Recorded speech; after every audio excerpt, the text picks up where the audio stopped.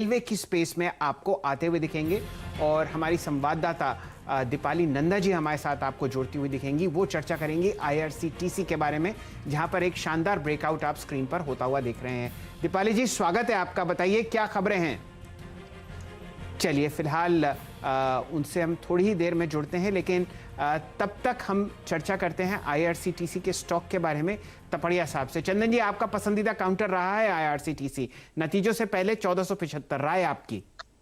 जी देखिए, हमारा preferred counter है, बट ये काउंटर एक रेंज में फंसा हुआ है और ऐसा लग रहा है कि काउंटर में एक्यूमुलेशन हो रहा है। आप पिछले काफी महीनों से देखोगे तो ये नीचे में 1300 के जोन को तोड़ नहीं रहा है। 1300 से लेके 14 में इसमें बड़ा एक्यूमुलेशन होता है। ऊपर में काउंटर लगभग 1500 1550 तक जाता है। तो एक्यूमुलेशन जोन से काउंटर टर्न तो हो चुका है और हमारा मानना है कि 1400 एक मेजर सपोर्ट है। और जिस हिसाब से वापिस अब लोकल्स और स्टार्ट होगी और आईआरसीटीसी की सब लोग नॉर्मल सी बाजार में देखने को मिलेगी, तो उस दौर में काउंटर वापिस 1800 और 2000 के लेवल दिखेगा। तो ये काउंटर जरूर कोई इमीडिएट बेसिस पे बड़ा मूव नहीं दे, बट पोजीशन बेसिस पे 10-15% की रैली बननी चाहिए। और मौजूदा लेवल पे देखें तो बाय ऑन डिप की रणनीति के साथ 1400 के स्टॉप लॉस से खरीदे, 1515 1520-30 तक के टारगेट यहाँ पे बनने चाहिए।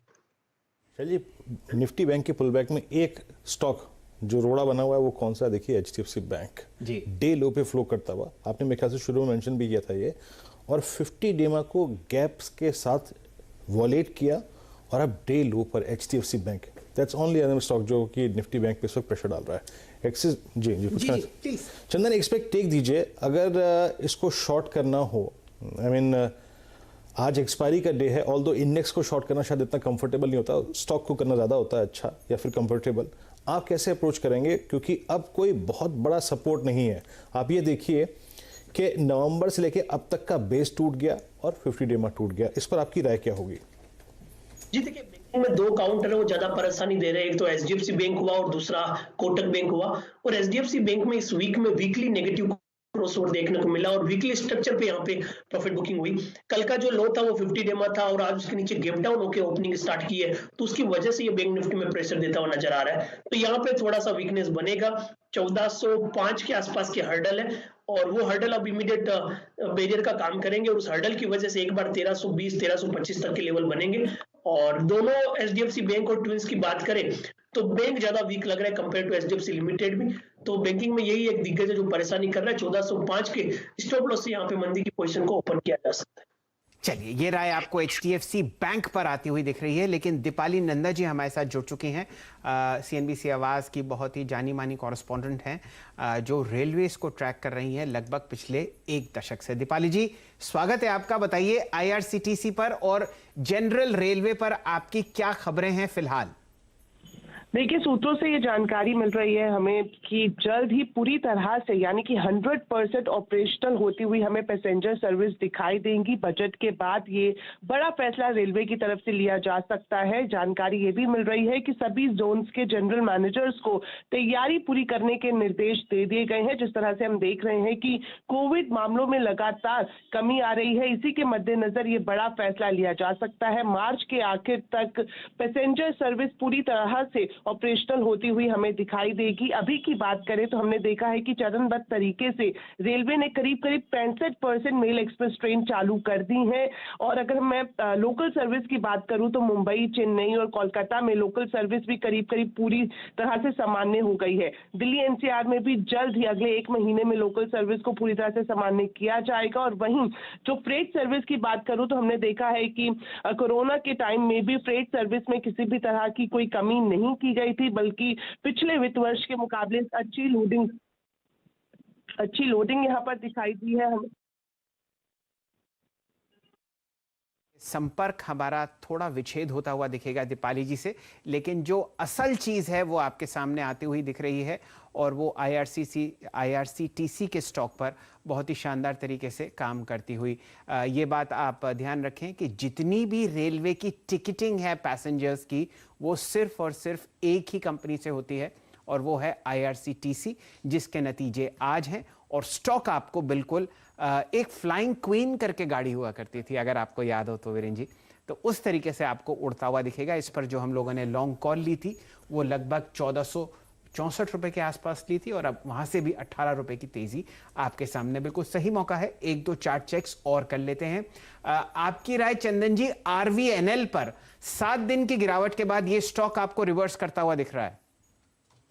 जी हाँ, देखिए आरवीएल ने आज से 4 वीक पहले एक बड़ा मूवमेंट देखने को मिला था, जब ये काउंटर 23-24 रुपए से लेके 34 रुपए तक गया था और उसके बाद यहाँ पे 3 वीक में डिप के बाद एक मेजर जो रेजिस्टेंस था उसको सपोर्ट बना के टर्न हो रहा है। तो आरवीएनएल यहाँ पे एक परफेक्ट बाय बन रहा है, क्योंकि काउंटर ने 35.50 से लेके अभी 26 रुपए 55 पैसे तक के डिप मारे हैं। तो इवन रिट्रेसमेंट होगा तो भी यहाँ पे 7-8% की रैली बन जाएगी।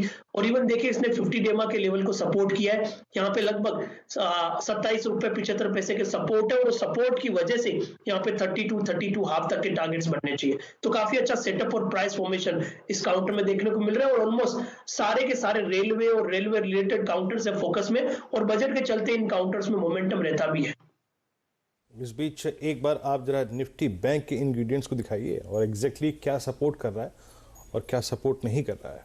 सिर्फ अगर एक HDFC बैंक आज गेनर्स की साइड में खड़ा होता तो सूरत हाल बैंक निफ्टी का कुछ और होता। तो यूं मान के चलिए वीरेन जी, मैं तो बहुत ही ऑप्टिमिस्टिक आदमी हूं, है ना। और अभी आपके सामने 10:03 हुए हैं, पूरा दिन बचा है और आप समझिए कि ऐसा क्यों नहीं हो कि हम अच्छा सोचें और निफ्टी को ना सिर्फ हरे निशान में बल्कि बहुत ही मजबूत हरे निशान में बंद होते हुए, कि अगर आप चर्चा और सोच करेंगे तो ये अक्सर होता हुआ आपको दिखेगा। सारे बैंकिंग काउंटर्स अगर आप देखें लिविंग HDFC बैंक डिहाई पर है। अच्छा, ऑन द कॉन्ट्रेरी चंदन, अगर आपको एक बैंकिंग स्टॉक फ्यूचर अगर लॉन्ग करना हो इस वक्त, कोटक में हमने काफी पेन देखा था, HDFC बैंक में पेन देखा था, HDFC बैंक में पेन अभी भी है। अगर आज एक्सपायरी पॉइंट ऑफ व्यू से इस बात को देखते हुए कि 13,800 एक बहुत महत्वपूर्ण लेवल था, 30,700 एक महत्वपूर्ण लेवल था, वो पूरा हो गया, अगर पुल बैक खेलना हो तो किस बैंकिंग स्टॉक फ्यूचर में खेलेंगे आप? जी देखिए, दो काउंटर यहाँ पे रेडार पे, पहला तो एक्सिस बैंक और दूसरा ICICI bank. Axis bank ICICI bank दोनों अपने 50 डेमा के सपोर्ट से टर्न हो रहे हैं और एक्सिस बैंक का ओवरऑल स्ट्रक्चर यहाँ पे पॉजिटिव है, क्योंकि काउंटर इतना कोई गिरावट नहीं देखने को मिली और सपोर्ट है, इंटेक्ट है। तो मैं एक्सिस बैंक पे यहाँ पे फोकस करना चाहूंगा ये पुल बैक प्ले करने के लिए। अभी लगभग 641-42 के आसपास चल रहा है, 634 का सपोर्ट रहेगा और पुल बैक आता है तो कहीं ना कहीं 652-55 तक के लेवल इसमें बनेंगे। चलिए, आपके सामने एक्सिस बैंक पर राय आती हुई दिख रही है वीरेन जी। यहां आप देखिएगा, आपको फेरबदल होता हुआ दिखेगा 600 मेरे ख्याल से 25 से हम यहां पर एक रिवर्सल ट्रैक कर रहे हैं और मजबूती आपको और आती हुई दिख रही है एक्सिस बैंक के काउंटर पर। थोड़े ही समय में हमारे साथ जुड़ेंगे संजय दत्त साहब। आप बहुत ही जाने माने ब्रोकर हैं दिल्ली के और बहुत ही लंबे अरसे से आप बाजार को ट्रैक कर रहे हैं। दत्त साहब, स्वागत है आपका। बताइए किस हिसाब से आप बाजार में इस कमजोरी को देख रहे हैं और कहां आपका निशाना है? शेयर एक कंसोलिडेशन करेक्शन फेज चल रहा है बाजार का। काफी महीनों से, हफ्तों से हम एक नॉन स्टॉप रैली देख रहे हैं और ये एक तरह से ज्यादा की ग्लोबल फैक्टर से इफेक्टेड है देन लोकल। लोकल तो कोई ऐसा नेगेटिव नहीं है। लोकल जो भी आप देख लीजिए, नतीजे आ रहे हैं, कल लीवर्स के आए हैं और आए हैं, पॉजिटिव ही आ रहे हैं, आगे आउटलुक भी पॉजिटिव है। थोड़ा जरा ग्लोबल एडजस्टमेंट रिस्क ऑफ चल रहा है। ये जो निफ्टी में और यहाँ भी हम करेक्शन देख रहे हैं, मेनली उसी करके है। FI सेलिंग अभी इतनी बड़ी नजर आ नहीं थी और है भी नहीं कोई ऐसी, but unwinding of positions definitely चल रही है, थोड़ा बहुत प्रॉफिट टेकिंग चल रहा है। अभी देखता है कि कंसोलिडेशन करेक्शन कितना लास्ट करता है, बिकॉज लाइक आई सेड कि ये ग्लोबल है। अगर ग्लोबल और पर्टिकुलरली US डॉलर मूवमेंट को वॉच करना चाहिए। अगर डॉलर स्ट्रेंथन होने लग जाएगा तो ये थोड़ा और करेक्शन खींच सकता है, नहीं तो मेरे हिसाब से 13,500 प्लस माइनस लेवल पे ये रुक जाएगा। इससे ज्यादा नीचे लगता नहीं है अभी आज जो इंडिकेशन लग रहे हैं। आपने कहा सर 13,500 प्लस माइनस कुछ पॉइंट्स, ये बाजार एक बेस बना लेगा, टेम्पररी बेस एटलीस्ट। अब सर ये 13,500 और प्लस कुछ पॉइंट्स, इसी बीच में बजट भी आना है सर। अगर वो अपॉर्चुनिटी बाजार आपको देगा तो आप क्या खरीदेंगे, क्या बाय करना चाहेंगे उन लेवल्स पे? देखिए, बजट में पॉजिटिव एक्सपेक्टेशन है।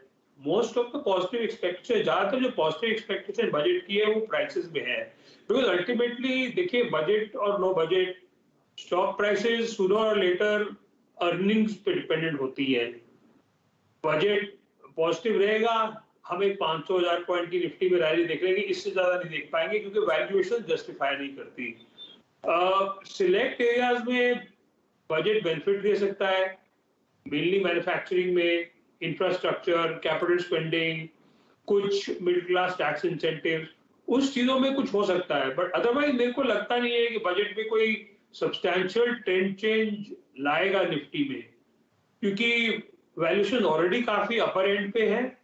तो ये नहीं एक्सपेक्ट कर सकते कि बजट के बाद 1,500-2 हजार पॉइंट निफ्टी और चल जाएगा, मुझे नहीं लगता। लेकिन बजट सपोर्टिव रहेगा, बजट में नेगेटिव ऐसा कुछ लगता नहीं है, so it will be supportive of the market. Dutt साहब, आप बहुत ही जाने माने स्टॉक पिकर भी हैं और बहुत अरसे से मैं आपको जानता हूं कि आप बहुत ज़बरदस्त बॉटम फिशिंग करते हैं उन सेक्टर्स में जो आउट ऑफ फेवर हों। बताइए, फिलहाल आपको इन प्राइस पॉइंट्स पर कहां वैल्यू दिखती है जो कम से कम खुलती हुई दिखे? कभी कभी ये होता है कि हम वैल्यू और डीप वैल्यू खरीद तो लेते हैं लेकिन वो काम करती हुई नहीं दिखती बाजार में।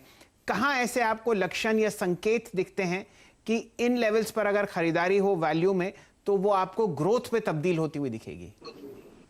आपने बिल्कुल ठीक कहा शैल। मैं जो आपकी दूसरी बात है उसको बार बार दोहराना चाहूंगा कि डीप वैल्यू और वैल्यू, हम वैल्यू ले लेंगे लेकिन वो डीप वैल्यू हो सकता है, तो इससे हमें जरूर बच के रहना चाहिए।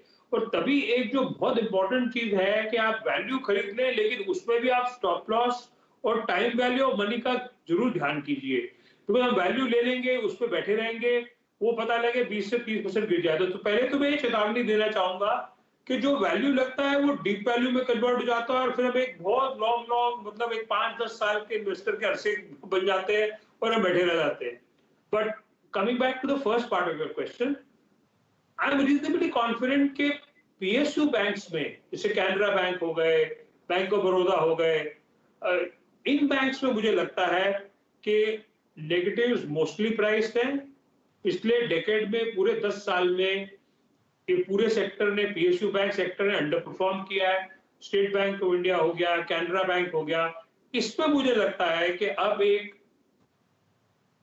रीजनेबली गुड रैली का फेज आ सकता है अगले 1-2 साल में। बट साथ में चेतावनी ऑब्वियसली देना चाहूंगा कि डीप वैल्यू ट्रैप में ना पड़े, कि अगर और एनपीए बढ़ गए और नेगेटिविटी आने लग गई तो अपने दिमाग में एक स्टॉप लॉस जरूर रखिए, उसको दिमाग में क्या अपने डायरी में नोट के जरूर रखिए और उनसे निकल जाइए ठीक टाइम पे। फिर ये ना हो कि बिल्कुल एक 5 और 10 साल के अरसे के लिए एक लॉन्ग टर्म इन्वेस्टर बन के बैठे रहे। बिल्कुल तो बिल्कुल डेफिनेटली मेरे हिसाब से सिलेक्ट पीएसयू बैंक्स में अभी निवेश करना चाहिए। जी, एक बात मैं और दत्त साहब के बारे में बताना चाहूँगा। बहुत ही जाने माने आप निवेशक हैं, बहुत बढ़िया स्टॉक पिकिंग करते हैं और साथ ही साथ उनको ट्रेड करने की भी बहुत अच्छी क्षमता रखते हैं। तो किसी वजह से, और ये बाजार का नियम भी है कि आपने वैल्यू खरीदी और वो डीप वैल्यू में तब्दील हो गई तो उसको पोर्टफोलियो में ना रखें। एक स्टॉप लॉस जरूर आपको अपने फंडामेंटल पिक्स पर भी रखना चाहिए। दत्त साहब, हम लोग चर्चा कर रहे थे लगभग 1.5 महीने पहले की जो स्टील की रैली है वो देखते ही बनती है। यहाँ पर कुछ रुझान चाइना से आते हुए ये दिखे हैं कि वहां पर प्राइस कट्स आते हुए दिख रहे हैं, या यूं समझिए कि डिमांड इस वक्त ऐसी नहीं बढ़ रही। ओवरऑल पिक्चर स्टील सेक्टर की आपके जहन में क्या है अभी? देखिए शेयर, जैसे आप और मैंने कनेक्ट किया था 1.5-2 महीने पहले, मैं अभी भी वही व्यू रखता हूं कि स्टील एक सेक्टिकल सेक्टर है, हमें ये पहले ध्यान में रखना चाहिए। अब सेक्टिकल सेक्टर में हमेशा रिस्क आता है कि कब आप एंट्री कर पाए और कब आप एग्जिट कर पाए, पर लेकिन मेरे हिसाब से अभी भी इस पूरी सेक्टिकल पोजीशन में स्टील सेक्टर में अपसाइड पोटेंशियल है। सिलेक्ट स्टॉक्स में आप इन्वेस्टेड रहिए। फॉर इंस्टेंस मैं आपको एग्जांपल देता हूं और मेरी उस पर पोजीशन भी है स्टील अथॉरिटी ऑफ इंडिया की, जो कि 80 रुपए जाकर फिर ओएफएस आया 64-65 में, अब वो 60 के नीचे चल रहा है। मेरे हिसाब से 52-53 या मे बी 49 रुपीज ज्यादा रिस्क लेना चाहते हैं, उस लेवल का एक स्टॉप लॉस रख के आप इन्वेस्ट कर सकते हैं। बिकॉज जो आपने बिल्कुल बात ठीक कही कि चाइना से स्टील एंड प्रोडक्ट प्राइसेस की डिमांड और प्राइसेस की रिडक्शन की बातचीत चल रही है, बट उससे फिर भी इंपैक्ट नहीं पड़ेगा। अगले 12-18 महीने स्टील कंपनीज फिनोमिनल प्रॉफिट्स बनाएंगी। सिक्लिकल फ्लो बिल्कुल ठीक चल रहा है इंडिया में इन पर्टिकुलर, बिकॉज गवर्नमेंट ने जो लोकल में फोकस डाला हुआ है, गवर्नमेंट ने काफी प्रोटेक्शन स्टील इंडस्ट्री को दी है, वो प्रोटेक्शन चलेगी। हाँ बिल्कुल, नितिन गडकरी जी ने ठीक कहा कि वो ये नहीं चाहते कि कार्टेल बने, but at the same time यहाँ भी अगर प्राइसेस में करेक्शन आ रही है, यानी कि स्टील प्राइसेस में, that will not have a substantial impact on the EBITDA and the net profit of the company. They will still make a stupendous amount of money, a good amount of money.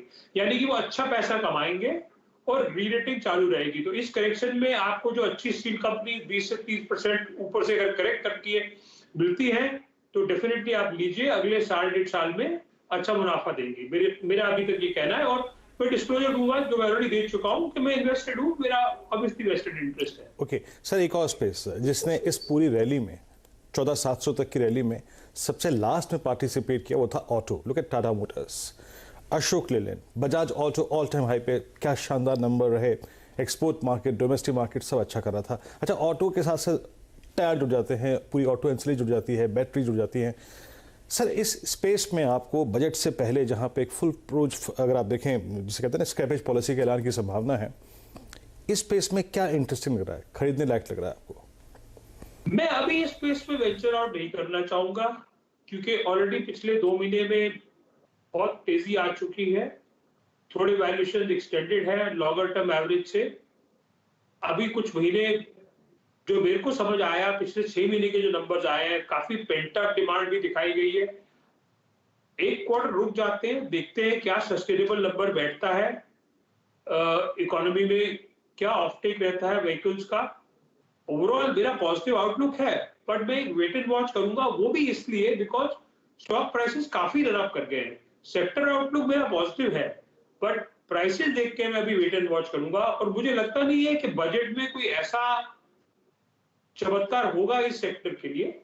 May be marginally positive चीजें आए, but कोई ऐसा एकदम जादू वाली चीज budget में कुछ होने वाली नहीं है कि बजट के बाद आप देखेंगे सडनली ऑटो स्टॉक्स कोई 20 या 30% बढ़ जाएंगे। तो मैं अभी, to cut a long story short, मैं चाहूंगा कि अभी रुकना चाहिए। जब कोई खराब दिन आए सेक्टर के लिए, 10-20% बेन स्टॉक्स गिरे 4-5 दिन लगातार, उस टाइम जाकर सिलेक्टिव पिकिंग करनी चाहिए। दत्त साहब, 2 सेक्टर्स में जहां हम अच्छी रिकवरी ट्रैक कर रहे हैं वो है हाउसिंग और सीमेंट। यहाँ पर आप अगर कल एक्सिस बैंक की कमेंट्री सुने तो वहां से भी उनको बहुत अच्छी रिकवरी आती हुई दिख रही है। इन 2 सेक्टर्स में अगर आपका कोई पसंदीदा स्टॉक हो वो जरा शेयर करें, हाउसिंग और सीमेंट। आपने बड़ा अच्छा सवाल पूछा, मैं इस पे आने ही वाला था, शायद आप अगर ना भी पूछते। हाउसिंग सेक्टर में मुझे डेफिनेटली बहुत पोटेंशियल लगता है, और ये जो सेकंड रन कुछ अच्छी रियल एस्टेट कंपनीज हैं, कुछ वेस्टर्न इंडिया बेस्ड कंपनीज हैं। नॉर्थ इंडिया में तो सिर्फ एक लार्ज कंपनी है, वो DLF है, वो काफी करेक्ट कर चुकी है। अगर वो कभी किसी खराब दिन में मिलती है तो डेफिनेटली पोर्टफोलियो में होनी चाहिए। वेस्टर्न इंडिया की काफी अच्छी कंपनीज हैं। बैंगलोर एरिया में 2-3 कंपनीज है, जैसे इधर वेस्टर्न इंडिया में आपकी ओबरॉय रियल्टी हो गई, प्रेस्टीज हो गई, ये सब हो गई, अपना गोदरेज ग्रुप हो गया बॉम्बे एरिया में। इन सब कंपनीज में मेरे हिसाब से जिनकी बैलेंस शीट क्लीन है, लेवरेज नहीं है ज्यादा, इन सब में इन्वेस्टमेंट डेफिनेटली बनेगा लॉन्ग टर्म के लिए। अब थोड़ा बहुत टाइमिंग देखना पड़ेगा, बिकॉज बाजार में वॉलेटिलिटी इतनी है, 5-8% की मूवमेंट तो इन स्टॉक्स में हम वैसे ही देख लेते हैं। तो टाइमिंग एक बहुत बड़ा डिफिकल्ट गेम हो जाता है, but more than timing, time in the market in stocks में ज्यादा इंपॉर्टेंट रहेगा। आप ले लीजिए, 5-10% गिर गया, घबराइए मत, रख लीजिए, 2 साल के हिसाब से रखिए। गोदरेज प्रॉपर्टीज हो गए, ओबरॉय रियल्टी हो गए, ये अच्छे स्टॉक्स हो गए, इनको रख के इन्वेस्ट करके छोड़ दीजिए। अब एग्जैक्ट टाइमिंग तो देखिए गेम करना बहुत मुश्किल है, बिकॉज वो मार्केट की वॉलेटिलिटी और ग्लोबल मार्केट्स में जो चल रहा है, किस टाइम पे एंटर करें। अब जैसे नॉर्थ इंडिया बेस्ड DLF हो गया, कोई सेकंड रन कंपनीज भी हैं, जैसे जो हाउसिंग फाइनेंस रिलेटेड है, कैनफिन होम्स हो गए, ये हो गए, तो पूरा सेक्टर का प्ले मेरे हिसाब से अच्छा चलेगा इसमें, डेफिनेटली, उसमें डाउट नहीं है। सिमिलरली सीमेंट में भी सिलेक्टिवली बड़े प्लेयर्स हैं, उनके पास स्केल और साइज है। जब करेक्शन आए, मौका मिले, लेके पोर्टफोलियो में रख लीजिए। दोनों सेक्टर में मेरे ख्याल पोटेंशियल है अगले 2-4 साल के लिए, डिमांड अच्छी रहेगी। पिछले 5-8 साल पर्टिकुलरली हाउसिंग ने काफी अंडर परफॉर्म किया है, इन्वेंटरी रन डाउन होने शुरू हो गए हैं। काफी कंपनी ने अपना मॉडल भी चेंज किया है टुवर्ड अफोर्डेबल हाउसिंग दैन दो प्रीमियम प्राइसिंग हाउसिंग। तो छोटी सी बात में मैं एंड करूंगा कि सेक्टर आउटलुक पॉजिटिव है। एंट्री टाइमिंग लेवल्स अपने आप देख लीजिए, वॉच कीजिए और एडवाइस देके ठीक एंटर कीजिए। हमेशा की तरह ऐसा लगता है कि आपसे 20 मिनट बात करें या 2 घंटे वो कम रहते हैं। इतनी जबरदस्त ज्ञान की गंगा बहती है कि बड़ा मन करता है कि डुबकियां चलती रहें। फिलहाल आपके जो स्टॉक कॉल्स स्वेटर बता रहा है कि ठंड जबरदस्त है दिल्ली में। हाँ, वैसे दत्त साहब अगर आप नोटिस करें तो लाल रंग बहुत पहनते हैं और मैंने भी ये देखा है कि आपको मार्केट के साथ साथ पहनता हूँ मैं रंग। जी मार्केट खराब है तो लाल रंग का स्वेटर निकाला मैंने। लेकिन मैं ये मान के चलता हूं दत्त साहब कि बुल्स आपके इस भड़कीले लाल रंग को देखकर वापस दौड़ते हुए दिखेंगे दलाल स्ट्रीट पर, और हम लोगों ने जो दिन का लो है वो दोबारा वापस नहीं छुआ है।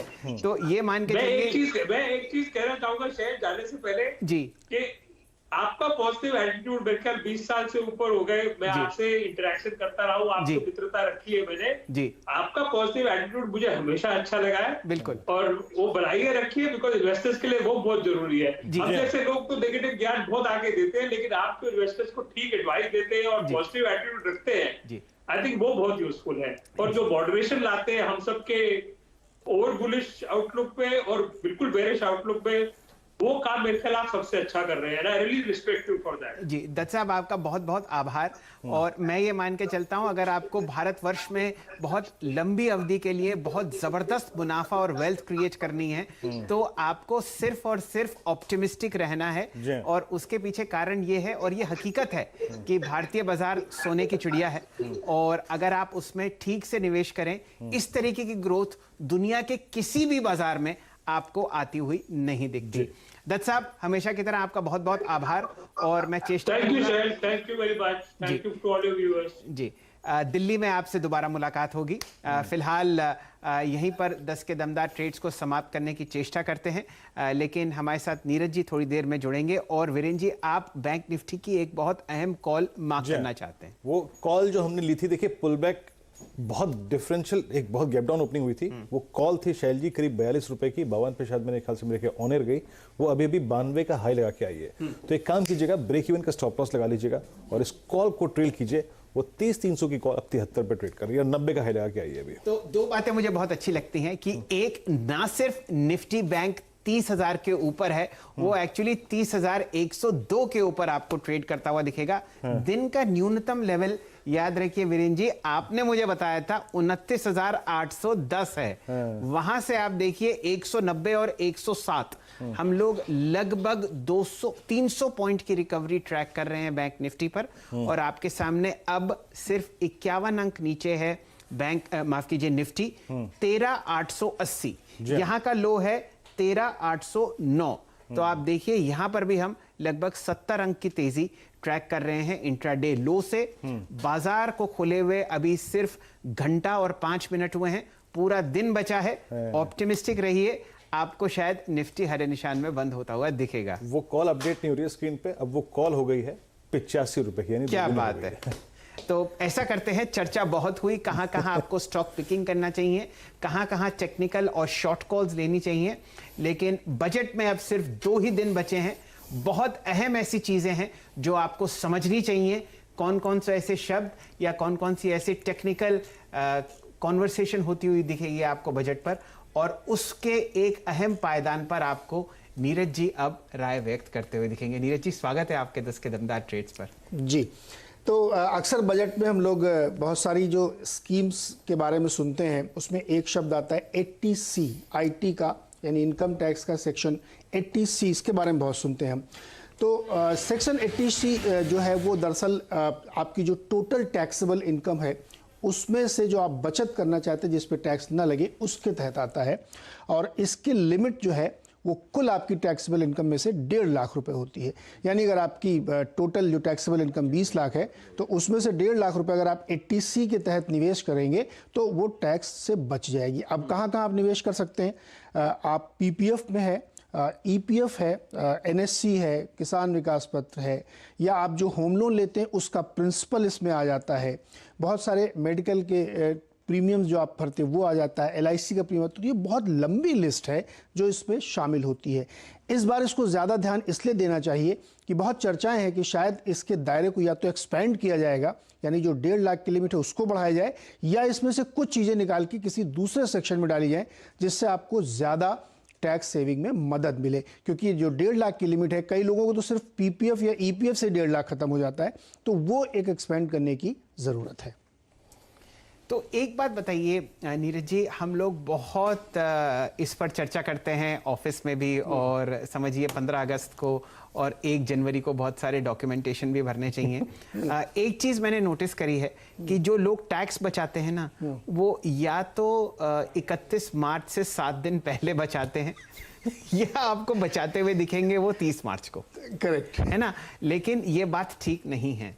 अगर आप इक्विटी लिंक्ड सेविंग स्कीम्स में, खासकर टैक्स सेविंग स्कीम्स में निवेश करते हैं बाजार में, तो प्लीज एक एसआईपी शुरू कीजिए साल के शुरुआत में, यानी कि अप्रैल 1 उस साल का, और उसको 12 हफ्ते उस अमाउंट को 1.5 लाख रुपए हम लोग बचा सकते हैं, 12 से भाग कीजिए और यूं समझिए कि 12,000 रुपए का आप एक एसआईपी चालू कीजिए। इंतजार मत करिए कि आखिरी महीना आएगा और आप टैक्स बचाएंगे, उसमें कभी भी ब्लॉक्स में खरीदारी अच्छी नहीं होती। इस साल देख लीजिए कोई फायदा नहीं होता। बिल्कुल। जैसे पीपीएफ में सबसे जो कॉमन मिस्टेक लोग करते हैं कि वो जनवरी फरवरी में जाएंगे और पूरा मान लीजिए 1.5 लाख उनको जमा करना है तो वो कर देंगे, इससे आपको कुछ फायदा नहीं होगा। पीपीएफ जमा करने का बेस्ट टाइम होता है 1 से 7 अप्रैल के बीच में हर साल जी, या फिर किसी भी महीने में अगर आप देर हो रही है तो 15 तारीख से पहले, अदरवाइज आपका इंटरेस्ट काउंट नहीं होगा। जी देखिए तो क्या बारीकियां निकल रही हैं बाहर, ये आप ध्यान रखिए। अगर आपको पीपीएफ जमा करना है तो 1 से 15 अप्रैल बेस्ट है, पूरे साल का ब्याज आपको मिलेगा। बाई चांस देर हो रही तो 15 तारीख से पहले किसी भी महीने में, अदरवाइज वो उस महीने का इंटरेस्ट ही नहीं आएगा।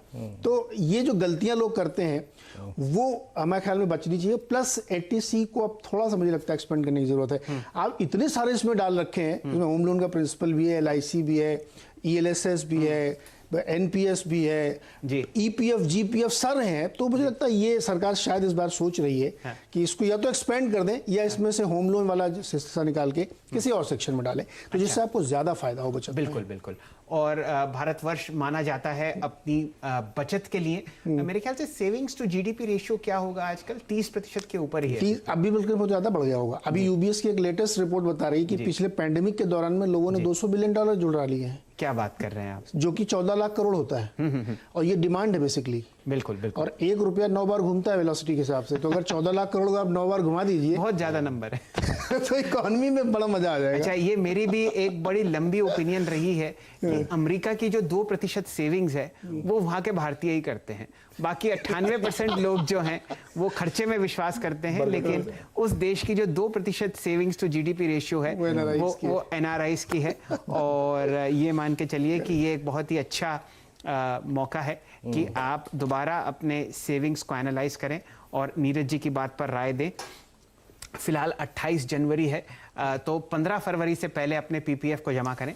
और अगर आप मेरी राय मानना चाहें तो 1 अप्रैल से एक अच्छा SIP, एक टैक्स सेविंग फंड में शुरू कीजिए, जो कि आपको 12 महीने बहुत अच्छा रिटर्न दे। अगर आपने पिछली अप्रैल में SIP शुरू किया होता तो मुझे रिटर्न बताने की आवश्यकता ही नहीं है, वो 30% से ज्यादा होता।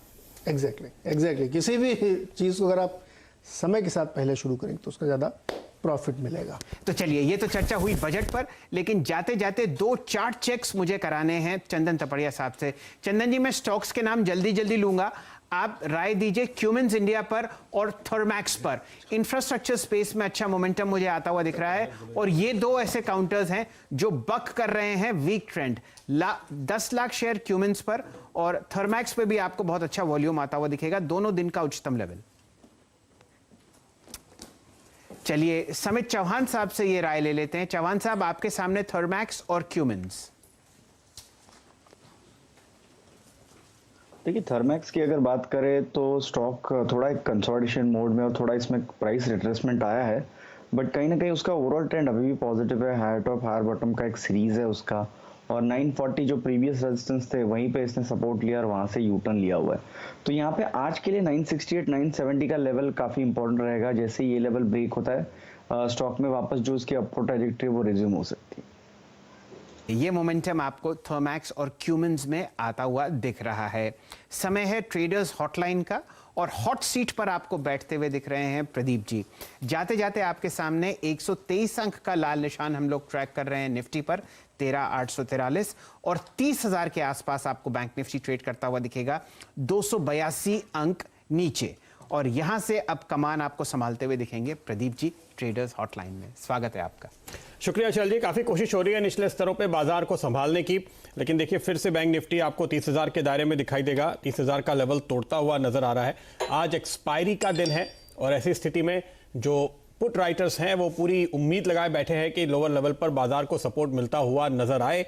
तो देखना होगा कि वो उम्मीद कहां तक पूरी होती है। फिलहाल ओवरऑल मार्केट पर नजर डालिए तो मार्केट ब्रेथ आपको 50-50 के करीब दिखाई देगी, बल्कि थोड़ी सी खरीदारी की तरफ दिखेगी। मिड कैप इंडेक्स अब से कुछ देर पहले पॉजिटिव जोन में आ रहा था, लेकिन वो फिर से अटक रहा है। तो बहुत ही करीब की लड़ाई चल रही है बुल्स और बेयर्स के बीच। देखिए ये वो पहली चीज है आपको दिखाई दे रही है इस वक्त बाजार में, मार्केट ब्रेथ जो कि पॉजिटिव साइड पे जाता हुआ, और मिड कैप इंडेक्स आया था फिर थोड़ा नीचे फिर आने की कोशिश कर रहा है।